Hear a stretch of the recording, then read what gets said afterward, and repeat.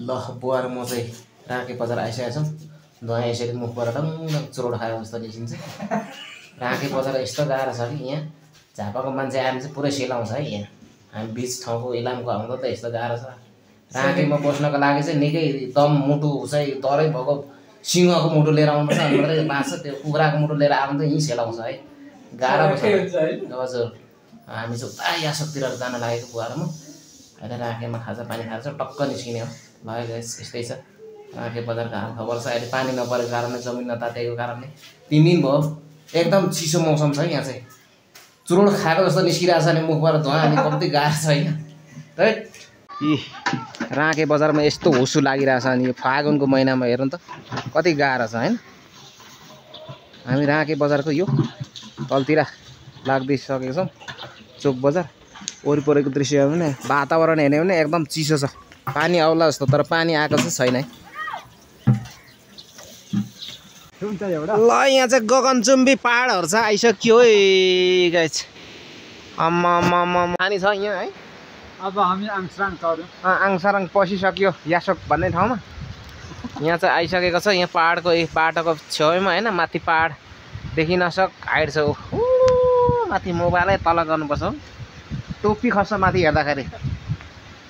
उहिले बुढा के अरे काठमाडौँमा घर टोपी खस्ने बनाउँथेन। यहाँ पहाडको खाने चाहिँ टोपी खस्ने छ। यो सबै ढुङ्गै ढुङ्गा हो। यो माटोको कुरै छैन। सब ढुङ्गै ढुङ्गा पलास। रुख त्यसैमा सानो पलाएको छैन यो। त्यही पनि के हो यो भने सल्लाह। त्यस्तोमा सल्लाह कस्तो हुर्केको छ त। ओ सल्लाहको रुखै रुख। यता हो हामी जानुपर्ने। ल गाइस आइसकेको छ आङसाराङ। ल हामी चाहिँ कता हो आङसाराङको दोबाटेमा आइसकेको छौँ होइन। यहाँ दोबाटे यहाँ उँभो जाँदो रहेछ एउटा यता तेर्छौँ। यतातिर लाग्छौँ हामी। अट्टै पर स्कुल पुगेर स्कुलदेखि मासतिर लाग्दैछौँ। आइसकेको छौँ आइसकेको छौँ।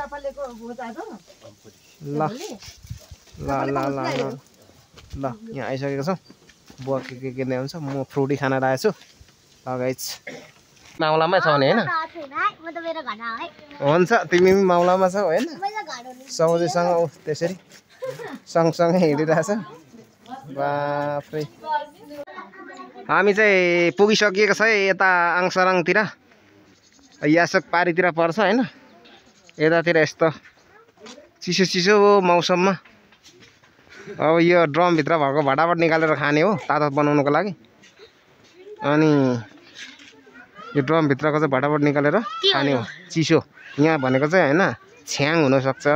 पानी हो। ल हामी चाहिँ आङसाराङमा आइसकेका छौँ। आङसाराङको दृश्य पारी पनि रमाइलो छ घमाइलो छ। तर वारी चाहिँ अलिकति के छ ब्लगर अप्ठ्यारो भएछ। रायस भाइ आफ्नो ससुरालीमा आएर गजक्क भएर बसिराख्नु भएको छ नबलिकन होइन। मेजमान खाएर चाहिँ अब मोटाउने भयो हाम्रो भाइ।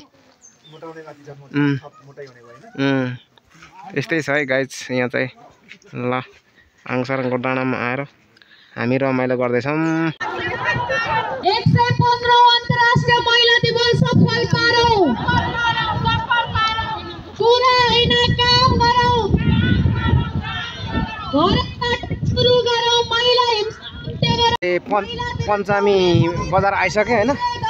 यहाँ चाहिँ अब बवाल तरिकाले भइरहेछ भलाकुसारी।